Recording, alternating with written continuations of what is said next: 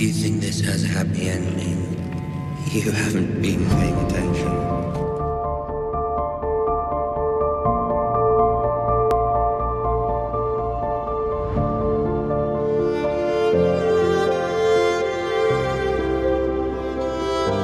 Welcome back to the Throne of the Dragon podcast, the show that covers each and every episode of HBO's House of the Dragon.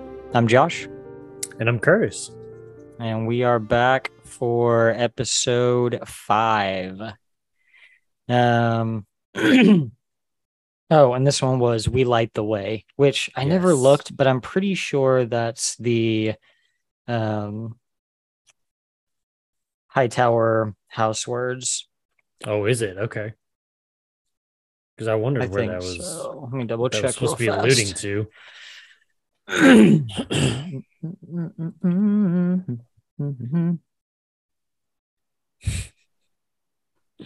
Yeah, their words are "We light the way."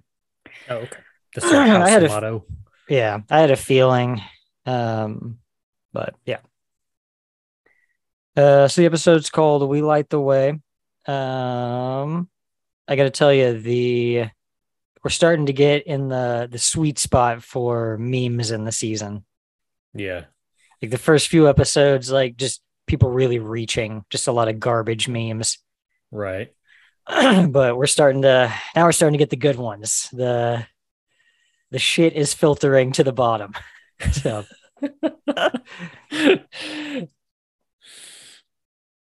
what do you think about this one? This is kind of it was kind of go ahead. No, go ahead. Go ahead. When I was rewatching it, it seemed really short. Like last episode felt really long. This one felt really short. And I know the runtime can't be a difference, but like a few minutes. I think it's a deal. It feels like there's not like a whole lot of scenes. Especially like when you get to the very end there, it's like it's just one big gigantic scene, basically. You're cutting to different people and everything, so it's not like one continuous shot. But yeah, I kind of felt like it didn't feel as long as like some of the other ones, but it was about the same running time as all the other ones. It just seemed to go by a lot faster. But I think too, it's like you're saying, it's like we're kind of getting to, well, you're talking about the memes, but I feel like we're really starting to get to the meat here of, the whole situation and the events occurring and everything. I mean, obviously in this episode, we are seeing the end of Viserys for sure. That dude like has nothing left basically. Would you say we're getting into the raw hamburger meat of the? Oh my gosh, man. That is so nasty, man. Yes, I would probably go ahead and say that though. Yeah. I just feel like I felt more, not that I wasn't interested or, involved in the first 4 episodes, but this one felt more like pulling me in like with every second, especially when they get to the very end. You're just like, oh God, what's about to happen? What's about to happen? Yeah. And like we talked about last week, I was kind of confused by the trailer because I was like, who's about to come in and make a move against the crown? And that is not what happened at all. Right. Yeah, exactly. Which, you kind of had to have a feeling it was like, okay, I think this is more of just like them playing with the trailer and scenes and messing with us.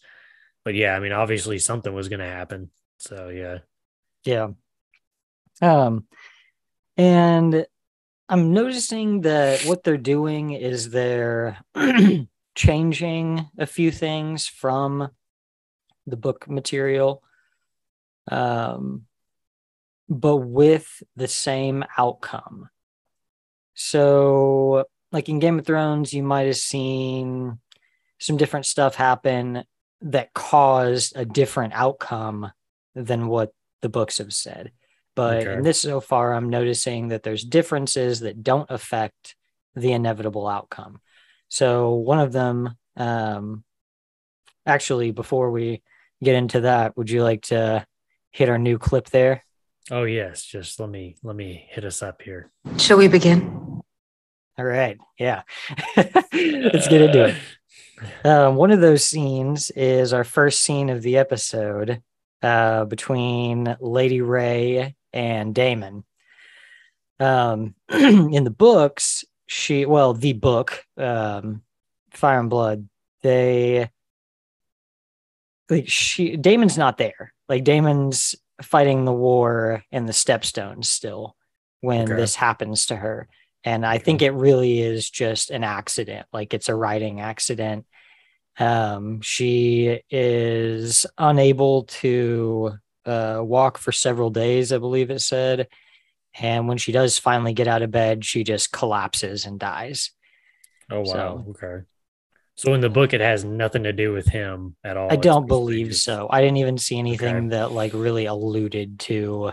That's weird though. I don't know.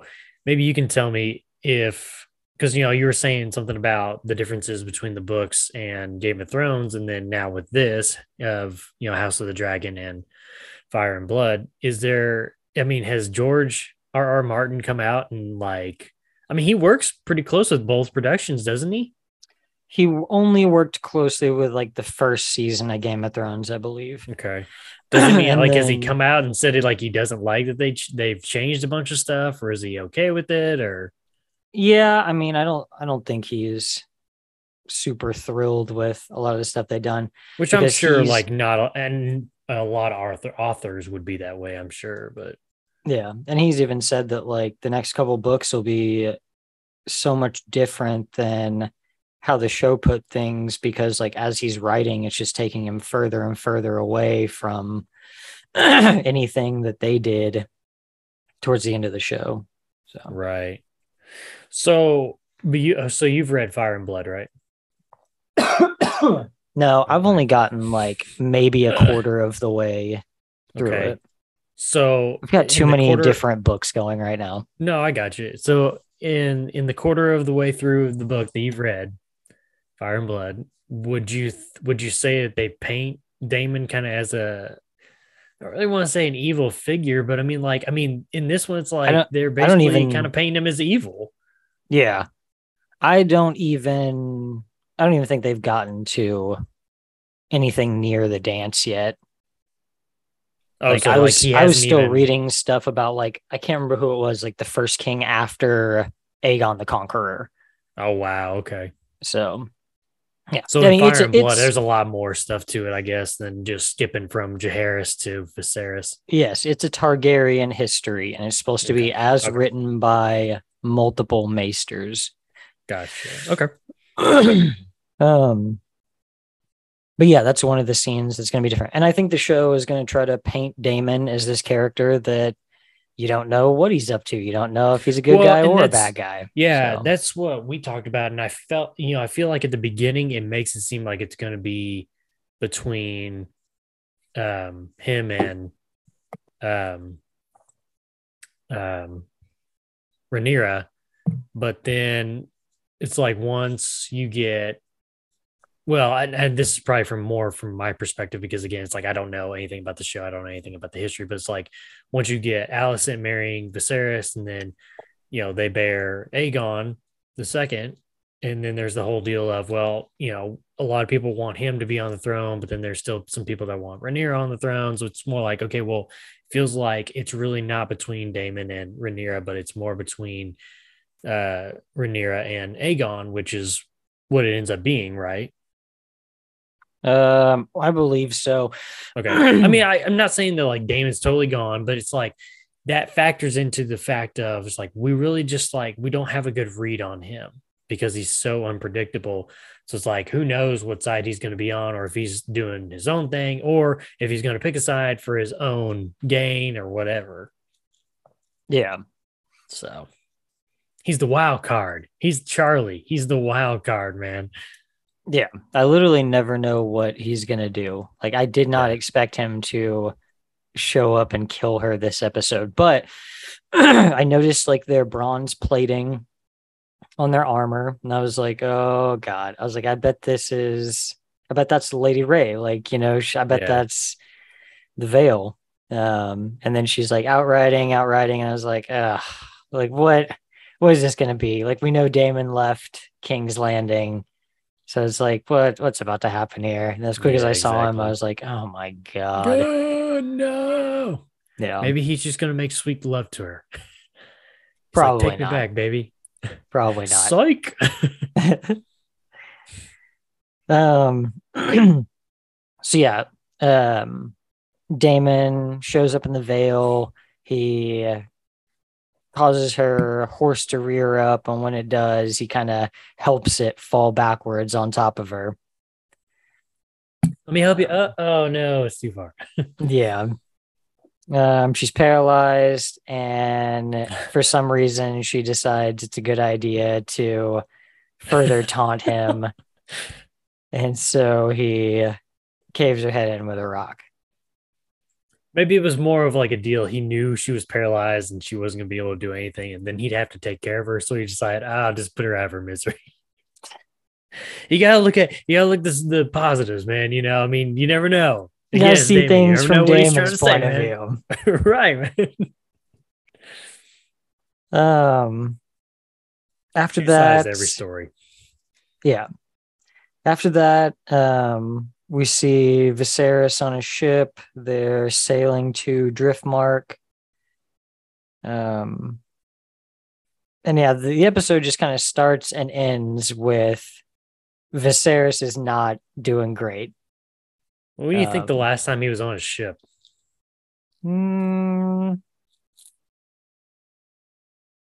Probably been some time. It might have been like one of his tours or something, you know? True, yeah. True. But I imagine they haven't left the Red Keep in quite some time. Yeah, that's what I was thinking. Well, because like that's too, like Rhaenys mentions later, she was like that was super beneath him to like come out here, you know? True. Yeah, that's true. People come to me. I don't come to them. Yeah. Yeah, and it's just they're just showing you from the get-go that Viserys is falling apart. It's like cue the Viserys is dying montage. In King's Landing, Otto and Alicent talk about kind of what comes next for her and for Aegon. And yeah, I think he just brings up this bitter truth to her that she doesn't want to hear, which is if she's going to like, no matter what, Viserys will die. Like he's not going to make it to be an old man. Like he's on the way out.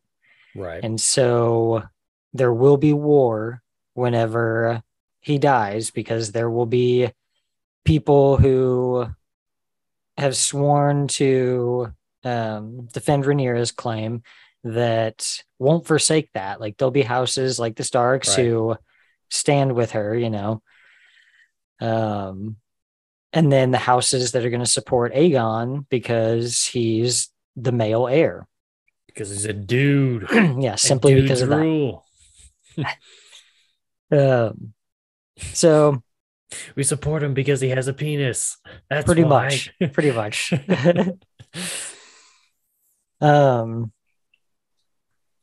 And yeah, I just think she's kind of been trying to deny this, like that, you know. Yeah. But Otto tells her that to support her own claim, like she will be forced to kill Alicent's children. So I don't know. I like how they're feeding us like a little bit. This episode really, like in talking with some people about it, like it really brings you back to reality in the story. And the reality is that like the story is not about Rhaenyra's love life or you know, the royals and King's Landing. Like it's not about all the stuff that's kind of been painted for you over the first few episodes. It's about this ugly like it's it's about to get down the tracks, man. Yeah, it's about to get messy. Yeah. And then I guess presumably he's out. He's headed back to Old Town. I imagine that's where he's going. But I guess we'll see. That's why I assumed, yeah. Yeah.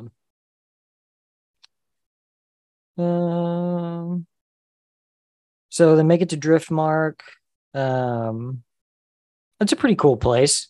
You never see Driftmark at any other time in the show. So yeah, it's an interesting hall chamber, whatever you want to call it. It looks like it's like a a more easily defendable place. Like those weird island fortresses like that. Like there's certain parts of the island that you can't approach on, and you really can't tell that until your ships are sinking. Yep, exactly. Like, so, yeah. So it makes it such a good defense. So we know why Viserys has come there. He's come to make the marriage pact between Rhaenyra and Laenor. And Corlys is happy to accept it, but they're questioning how the succession is going to go. Laenor is the male, so they're Valyrians, and like Corlys says in Westerosi tradition, they take the father's name, right? And that's just kind of like his move, to like, will Valyrians be the kings next, Right.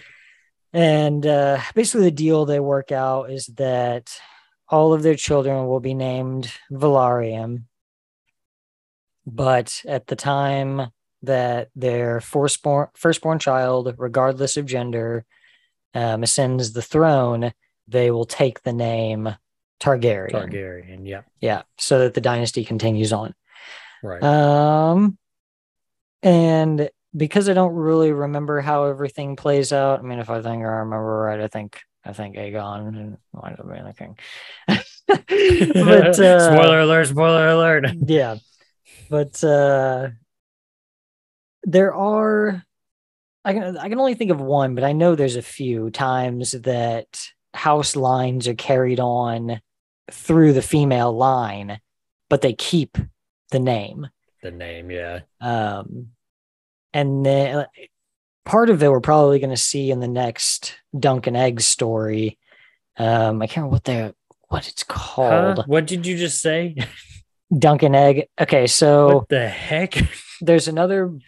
Why are you dunking an egg?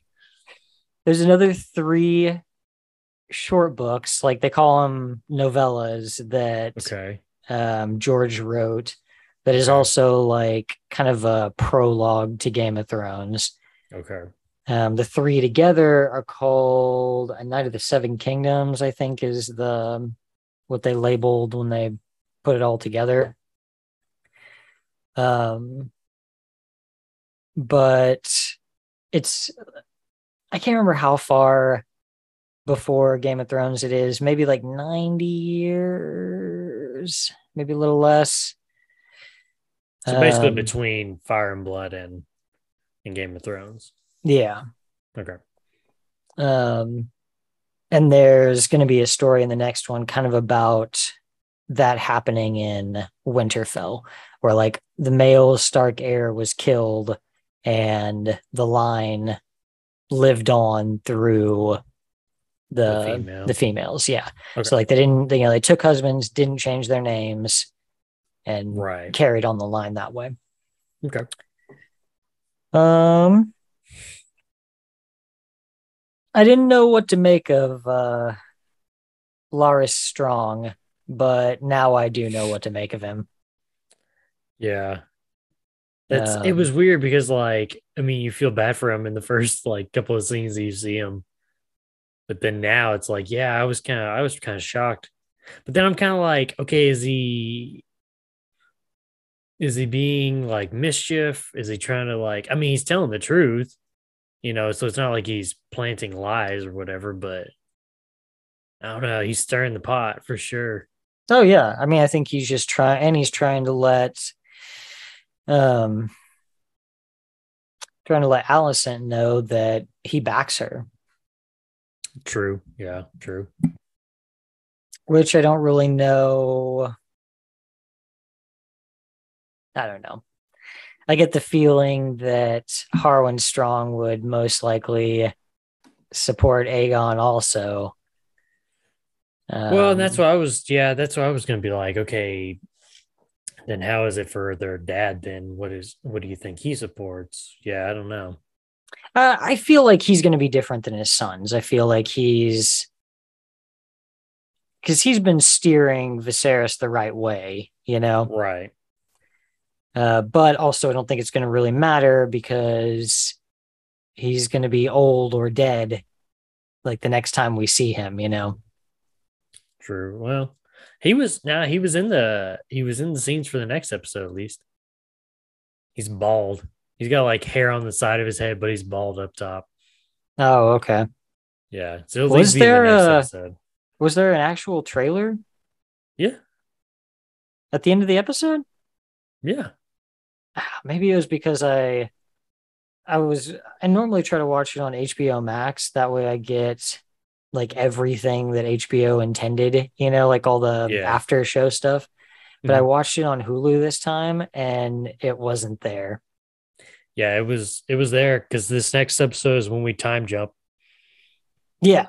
Yeah. Because I've already seen there was a couple of scenes that were put out on like YouTube from like HBO or whatever that were like small clips from the next episode, and everybody was older. I was like, yes, it's about time. Yeah. I mean, I have seen a bunch of like the first look stuff that, like stills of Aegon and Cristin Cole and and I saw that little scene that they released, the one of Rhaenyra right after she has the baby. Yeah. And yes. Yeah, that's the one that I saw last night. Yeah. Yep. But yeah, we'll have to see what's up with the Strongs kind of going forward. It looks like the Strongs?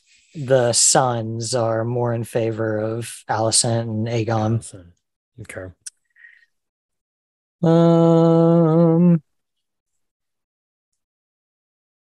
Corlys and Viserys work out those details that we were talking about. Whose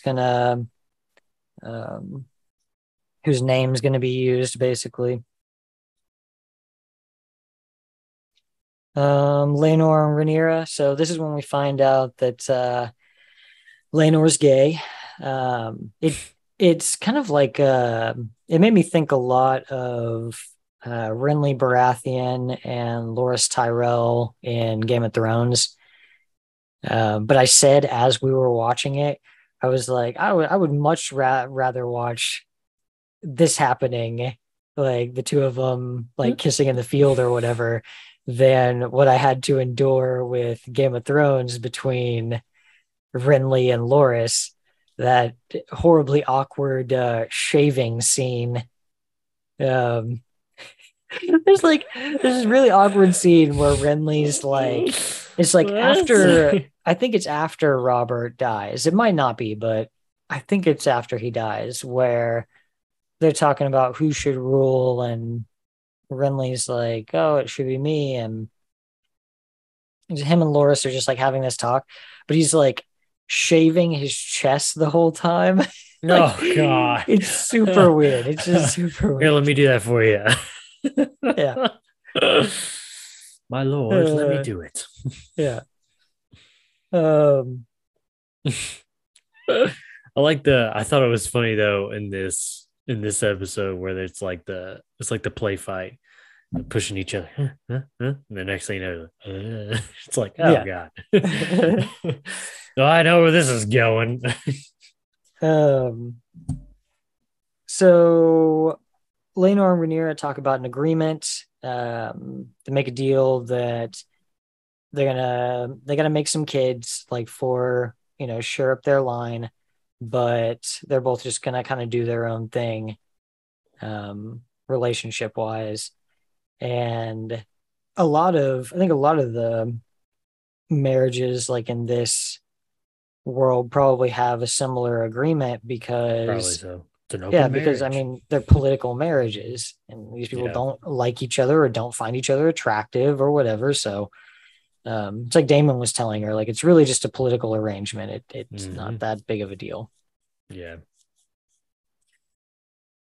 Um, Of course, at that time, he was probably still trying to get at her. So, he'll say, oh, Daemon. Yeah, Daemon. I'll say anything. Rhaenys and Corlys talk about kind of the danger that their son is being put in by them doing this. I think Rhaenys is just being a realist here. She was on the verge of becoming queen. Mm-hmm. So I think she knows a little more than Corlys does. Right. That if Rhaenyra ascends the throne, that there will be war, like kind of the same thing Otto was saying. We're just getting more and more validation that there's going to be war, because this is not going to work with two heirs like this. It's not going to work. Right. A dual king. Yeah. And I like where we get these little scenes from the original trailer for the show, where I can't remember what it was. I think one of the last couple episodes we had one of the big ones, and then this one we have the knives will come out. Yeah. Knives will come out. Quote. Yeah. Knives, you say? Oh, by the way, I did notice there was a scene at one point in this episode with Alicent back at King's Landing, and I did notice stuff on the wall this time. I don't remember what room it was, though. It was yeah, it was a totally different room. It wasn't either one of those rooms, I don't believe. Because I mentioned it too. I was like, what the hell? Oh, man. There's education everywhere. So then this is the first time we're kind of introduced to Joffrey Lawnmouth, who is Laenor's that guy. Yeah, who's Laenor's buddy. Good friend. They're really good friends. They're really good friends. They're just like really good friends, man. Tight. Yeah. And he's this guy up here to my right. I was looking at House Lawnmouth a little bit because I'll be honest with you, during the last scene, I was kind of pissed. Like, not about Lawnmouth like dying or anything, but I was like, what the fuck is happening here? Like, they can't see where Rhaenyra is, right? They can't tell where she is, so they're freaking out. Okay. Right. There's all these Kingsguard in the room. Their only job is to protect her. Is to protect the royal family. And nobody's moving at all. Right. Like all the ones that are up there by Viserys are just standing there like looking around like, oh, what's happening? And it's like, no, I did kind of notice that too. It would be like move through the crowd immediately, like punching killing anybody who's like getting in your way. Yeah. To get to the princess, Right. It wouldn't be like, oh, Cristin Cole's over there. He's got it. Like they can't see him. They can't see anything. Like, So he's beating up on somebody, so it must be good. That was one of my big beefs. The other one was that there's zero reprisal for this. That he just like beats this guy to death in the throne room. And if he's just some rando, yeah, maybe nothing happens, but it is also besmirching his honor as a Kingsguard. This so is true, yeah. They might take his cloak anyway just for doing that. But I thought the Lawnmouths were bannermen to the Valyrians. Not the case. Okay. They are bannermen to the Baratheons. So how he comes to be with them, I'm not really sure. I didn't look into that a whole lot. There's not that much out there about him. Yeah. But yeah, so not that it really matters anymore because he's dead. Yeah, totally dead. He's great. He's grounded meat. Yeah. You think he gets killed because you think he gets killed because of what he knows, or because Cristin Cole just snaps, or because of the little dick tap he gave him on the walk by? Yes. All three? All three. Oh, also, and if there's a fourth one, throw that one in too. I was gonna say, yeah, Cristin Cole is just a straight psychopath. Yeah, that's the I fourth think he's one. just pissed in general. So yeah. And I'll get there at the end, but that's the other one in this episode that doesn't happen in the show the way that it happens in the book. Okay. In the book, Cristin Cole does kill him, but it's in a tournament, like in the tournament that takes place over the 7 days of like the wedding, all the wedding stuff. And I think it is malicious still, because I don't think they were like bouting. Like everything I saw, it says that like he attacked Joffrey with a morning star and like caved in his helmet, and he was in a coma for like a few days and then finally died. Wow. Okay. Boo, boo, boo, boo, boo. Okay, well, we just like skipped to the end. So let me see where we were. I am so lost. It's just Laenor and Joffrey talking about how this wedding's going to be a good arrangement for them because Rhaenyra also has a consort. So yeah.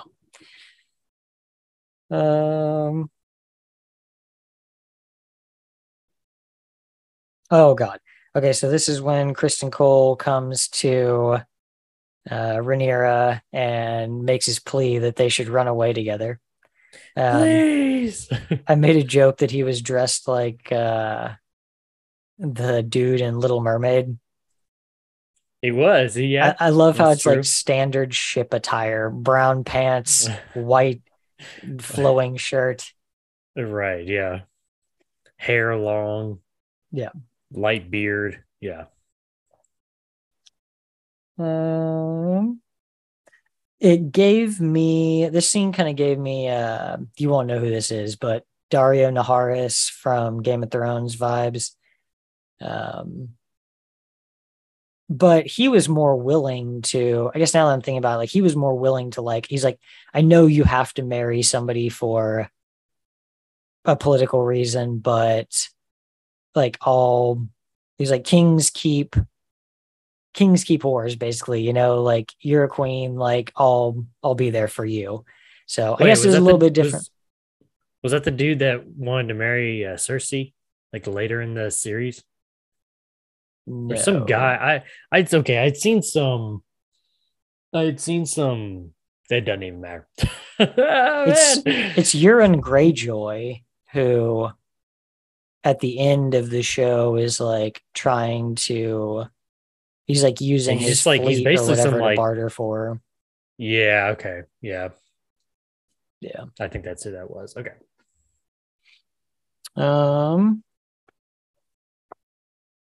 Yeah, but Cristin Cole doesn't want to do that. He wants them to run away together. And one of the best memes I did, one of the best memes I saw from this week was a meme of the Bracken, and it was like Cristin Cole talking about getting a ship in Bravos, and it was the Bracken that said, "A ship? She has dragons, you dumb cunt."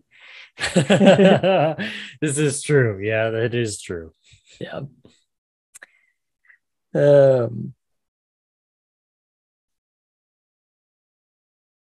Something's backing up out there.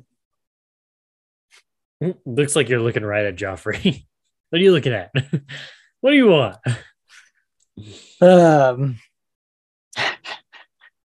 I'm a little low on him. Bro, could you get your dick out of my face? That was a little something for the people watching.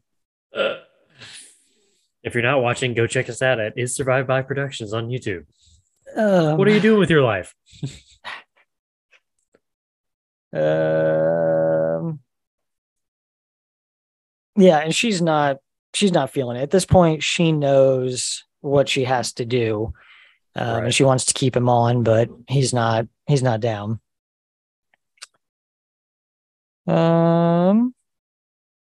Viserys collapses on his return to King's Landing. He's just not doing real great there.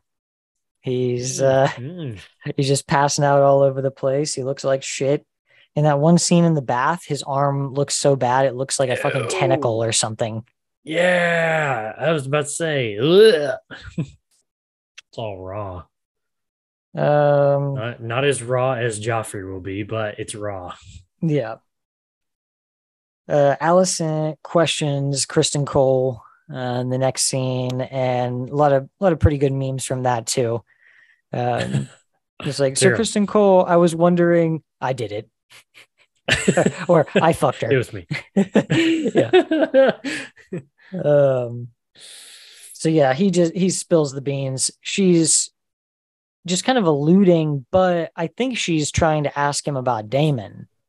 Yeah, no, that's what she was. Loras brought up the tea and everything. She has no idea that she slept with Cristin Cole. She still thinks it was Daemon. I think eventually she was trying to get to the point of, look, you're on guard outside of her room. It's like, did you see anything suspicious? Do you know of anything suspicious? But it's like, he won't even let her get to that point. She's like, yeah, I did it. It was me. Yeah. I fucked her. I am the father. And yeah, then she just lets him go. Like, but I think it's a good move on her part, because for her, she just kind of like bound him to her, by sparing his life. Yep.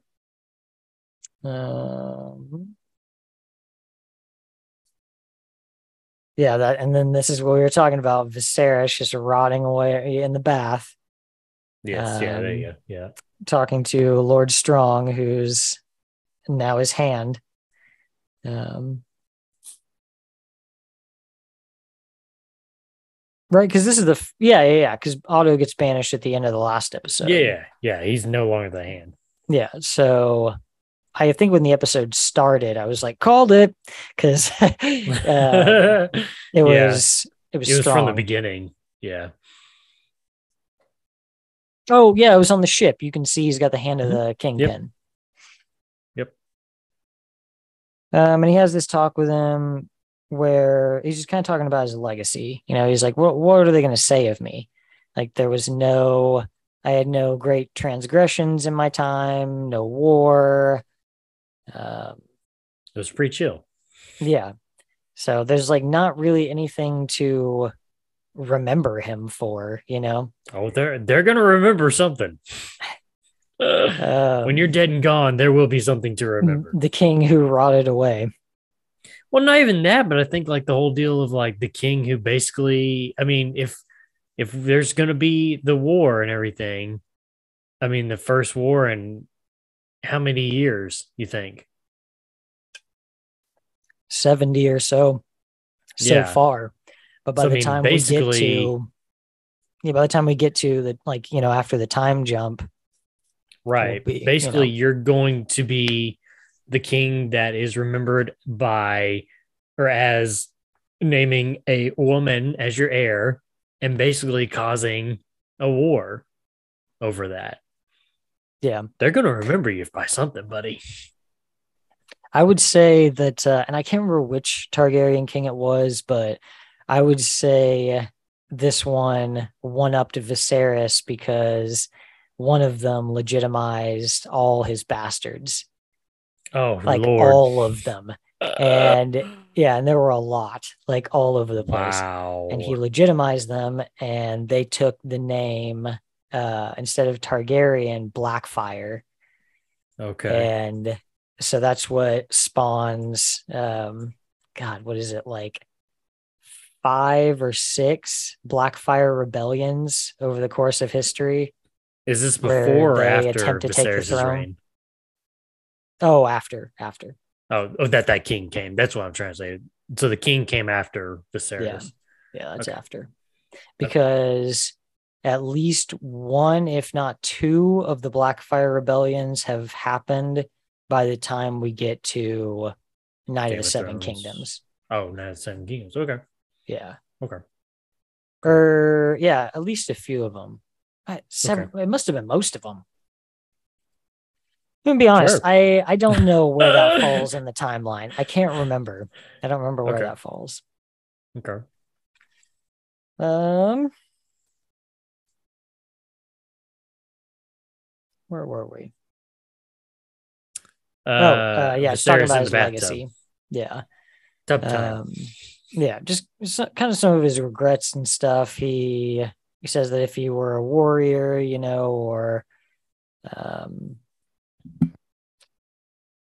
or there had been war during his time, maybe it would have, made him stronger, or made him a better king. Right. But yeah. He had nothing really to build him up. Yeah. In terms of like you said, no transgression or a conflicts or anything like that. So, yeah. Yeah. We didn't get to see who the second dragon rider is in the next scene. I assume one of them is Laenor, but I didn't see who the other one was. I mean, it could have been. I assumed one of them was Daemon. Because when they're red, one of them red, which is his dragon. Isn't his dragon red? Kind of red color. I could have swore one of them was him, and I just assumed maybe the other one was Laenor or something like that. I doubt that was Daemon. Because he shows up. Yeah, but it's just Driftmark that's coming in right there. Like it's their fleet. And then it's the two dragons, and the two dragons are like riding together. I don't think that's Daemon. Oops. I wondered if it might have been Rhaenys, or if there's like another brother that Laenor has. I was wondering if that might have been him, but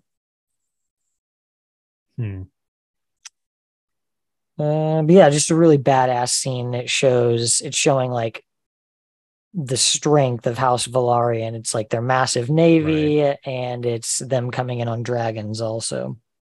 Right.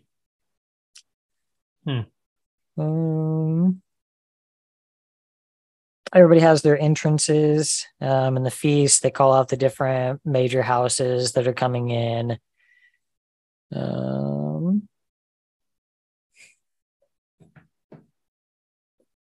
They throw a little bit of shade back and forth with Jason Lannister. I do love where he's like, "Oh, Laenor will make a fine husband." She's like, "Yep, I can. I can't think of anybody better." Nope, which is funny one. Because nobody, like anybody, yeah, because he had kind of put himself forward, as wanting to marry her. Right.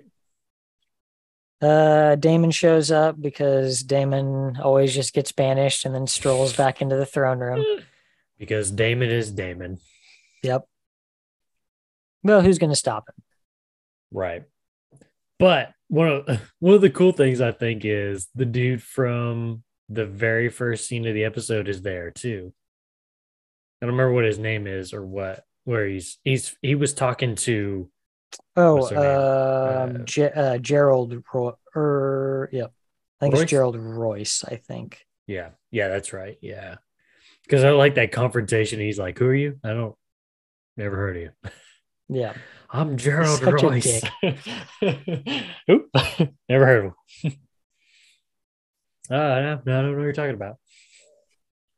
Like, all right, Jerry. Well, why don't you go take a seat back Jerry, over there? It's Gerald.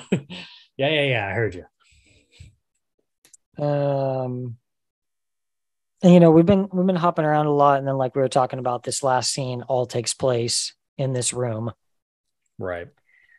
And this is a really important shift. So Alicent enters the room wearing a green dress, and Larys tells Harwin that the beacons of Old Town, the color is green when they call their banners to war. Right. Man, when they said that, I was like, oh snap.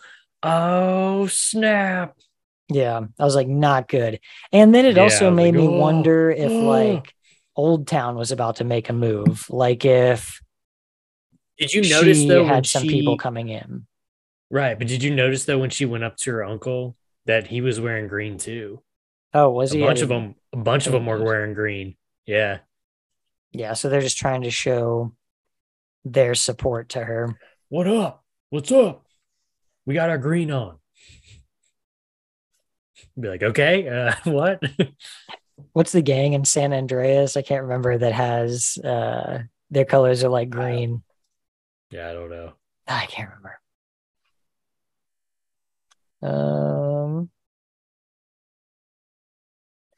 I like the dance that Laenor and Rhaenyra have. Those old, just like medieval dances are kind of cool. Made me think of A Knight's Tale a little bit. Oh yeah, true. I can't dance. Yeah. Although in this one, the song didn't slowly but surely turn into David Bowie, but true. This is true.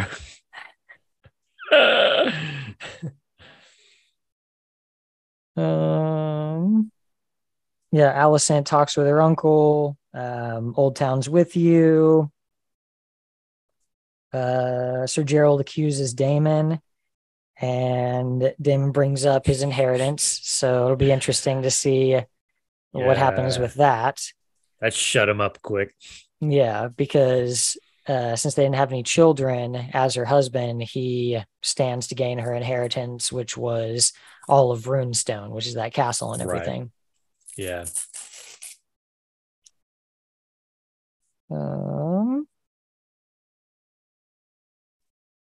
Did you catch the weirdness going on between Elena and Daemon? Lena and David. Oh yeah. I forgot. I always forget about her, man. Yeah. I think in the trailer, it's basically like they're together now. Okay. Yeah, I don't Yeah. remember hearing anything about that, but I could see that. They're banging. She's into dragon riders, as we know. She was super fascinated with Viserys having ridden Balerion. She's asking about Vhagar.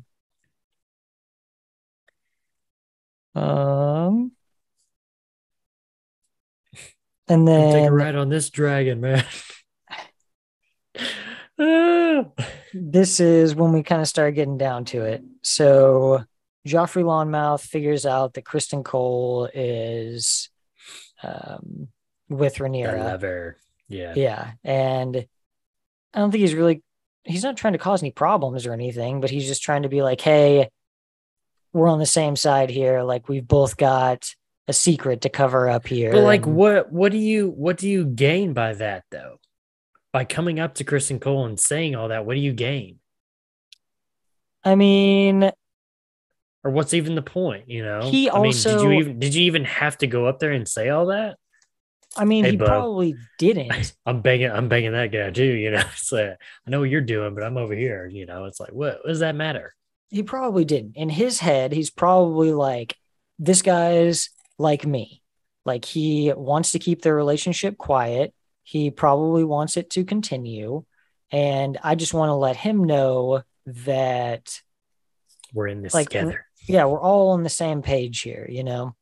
Even if he was being kind of douchey about it, like, I think that's my thing, is like, he was being really douchey about it. And I'm like, what is this even like? What are you even gaining from this, bro? Because like, it really just feels like you're coming over and just like rubbing it in my face that you know that I'm over here with Rhaenyra. You know, I don't care. I mean, obviously, you know, he doesn't care that he's saying that he's with Laenor, but I don't know. It's just put me off. Well, I think that's just it grind my gears, you know? Well, I think that's it. I think he's just trying to let him know. He's just kind of being a douche about it. And then when he leaves, I wrote down, dick brush, question mark. Like, yeah, because you don't. Maybe that was the other thing. Well, maybe, like, yeah, but maybe that was the other thing too, though. He was like, you know, hey, bro, we could hang out too. You know, it's like, yeah, I'm good, bro. I'm good. So then Daemon finds Rhaenyra out there dancing, pulls her away from Harwin Strong, and then she's just, I don't know, she's encouraging him to kill her guards and whisk her away and do it. Make her his queen and get them out of there. So it starts getting pretty charged. And then, yeah, I thought at the beginning, I was like, oh shit, is Daemon doing this? Like, is Daemon like just killing guys over here?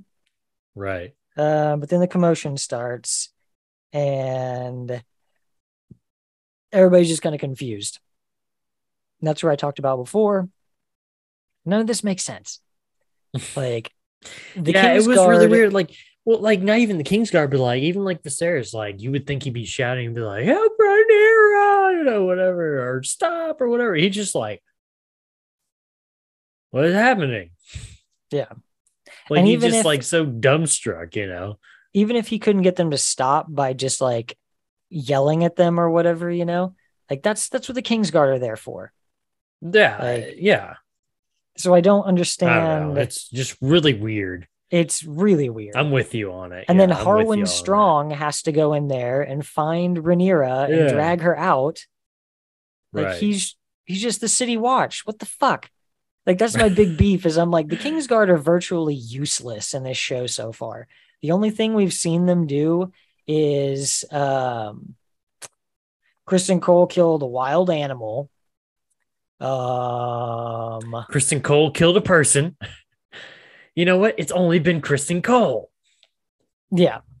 Well, and he just beat this dude to death, so it wasn't even like he was protecting anybody. Right. Well, himself.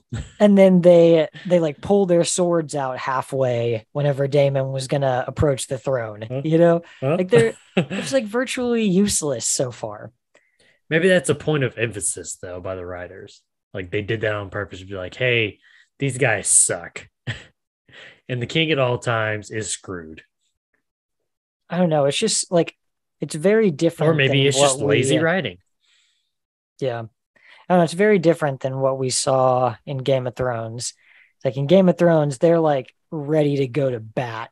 Like, especially like after we get a few certain guys in there, but like the Faith Militant stands up to King Tommen at one point, and they're just like, yeah, say the word and we'll cut all these guys down. Like we're going to just hack our way through here.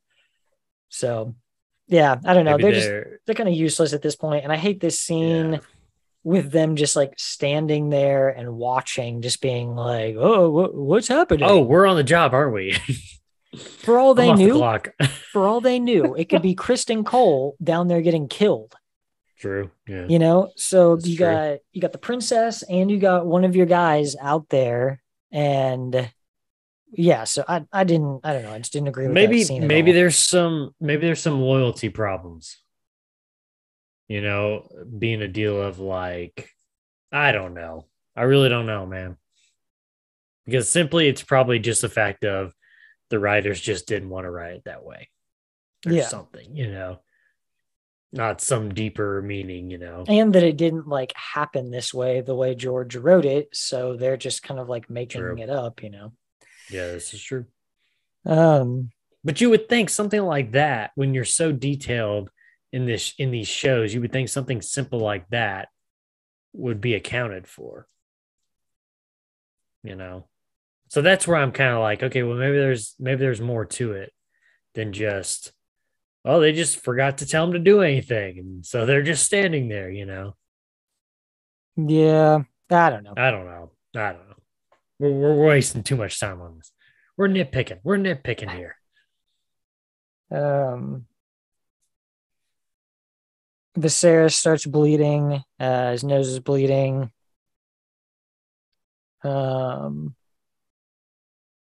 And then everything kind of like the scene kind of comes to a halt. Like Cristin has beaten Lawnmouth to death. He gets up, walks out. Oh yeah, that's the other thing. That was my other big beef. I'm sorry, I gotta go back. My other big beef was He's that still he nitpicking. also like beat the shit out of Laenor, and some other people were like hitting Laenor, and nothing happened. That's future king consort. That's a guest of the crown that is in there, and nobody does Yeah. anything. Like, yeah. Well, not even that, but like just like at the very end, just like after all of that, he just gets up and walks out. Like, period. Like, what? Even if he didn't touch Laenor or anything. I mean, he's like, you still. It's like, what were you doing? Nobody questioned him. He's like, well, who's that guy? What did he do to you? What's he doing to the crown? You know, whatever. He Yeah. just walks out like it's nothing. Nobody goes after him. Nothing.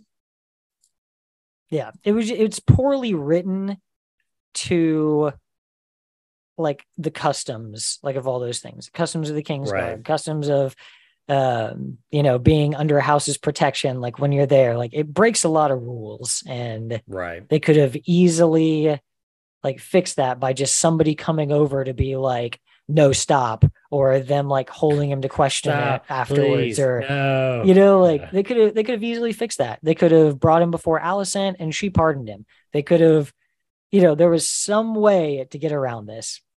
Yeah. Then we get the montage. Cristin Cole, he's besmirched his honor. And he goes outside to senpai himself. That's what it's called, right? Senpai? Sure. I think that's what it's called. I hope so. If not, it might be something else. But right as he's about to kill himself, Alicent steps in, and like I said, yeah, it's just good looking out on her part because he's going to be really valuable to her. Yes. Yep. Right after Joffrey dying, they're like, we gotta get this marriage taken care of. Like, see, that's what I was wondering. Yeah, because it was supposed to be a 7-day thing, and I'm like, dang, that's day one. What are the next 6 days like? Yeah. No, they're like, they just went ahead and skipped it. Okay. Yeah. They're like, let's just get this shit on the books. Makes sense now because that blood was still there. So yep. Okay. Yeah, let's get this one on the books and let's get out of here. Yeah. Viserys collapses at the end of the ceremony, and I mean, he's done. He's on the way out. It's over. I just had this thought earlier when we were talking about his arm and how bad his arm looked. Think about at the very beginning of the season, they were treating him for that back wound, and then we saw his back again when he was banging Alicent, and he had a bunch of wounds that were rotting away then on his back. If his arm is that bad looking now, dude, there's no telling what his back looks like right now. Oh yeah, I'm sure it's completely covered. Maybe hanging out. They're held in by his shirt. Oh God, his shirt is his skin now. Oh, that would suck. And I didn't know exactly what it meant, but I did feel like the end of that scene meant something. With the rat drinking the blood that was on the floor. Yeah, I wondered. But we'll see.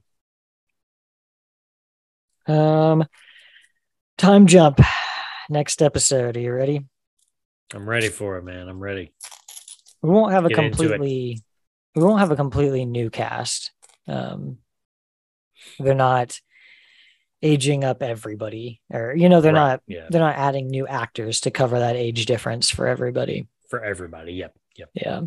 It will be different actors for like Laenor, Rhaenyra, Alicent. But Daemon will still be Matt Smith. Cristin Cole is still played by the same guy. So, and then we'll see some of the fathers still, but now we're about to see a lot of the sons, like the guys who were backseat in the first half of the season. They're going to be guys who are running their houses now. Yep. So, cool. Do you have any other thoughts about the episode? Nope. I think we covered it, man. We're getting in there. We're halfway through the season. Hang in there with us. It's only going to get better from here. Well, yes. It's only going to get more gratifying from here. It's only going to get worse for them, but it's only going to get more violent from here. Yeah. Cool. Well, until next week, make sure that you guys go over to our YouTube. You can follow us at Is Survived by Productions. Make sure to give us a like over there and leave a comment. Let us know if you're liking the show so far. Make sure to follow us on Twitter at Is Survived by Pro or at Joshua Lynn Gary, which is my own personal. You can find news on both those about our shows that we put out each week, each episode, and a link gets posted there. It's where you can also find news about the other shows that we do. There's Throne of the Dragon, of course, but there's also the Red Right Hand podcast, and there is also History of the Cores. Red Right Hand's a show about the Peaky Blinders, and History of the Cores is a music show. Where else? That was most of them. No, you just want to, maybe you're just a listener. Maybe you just want to listen to this on the old Spotify or on Apple Podcasts. Well, you can find us there. It is Survived by Productions, or by searching any one of those shows, Red Right Hand Podcast, History of the Cores, or Throne of the Dragon. I think that's it. That's got to be it. Yeah, I think that's it, man. I should do these in the same order every time so that I don't find myself at the end being like, did I miss one of them? That's why you need a script. Read from the script. Read the teleprompter. Read the teleprompter. All right. Well, we will see you guys next week for episode 6. See ya.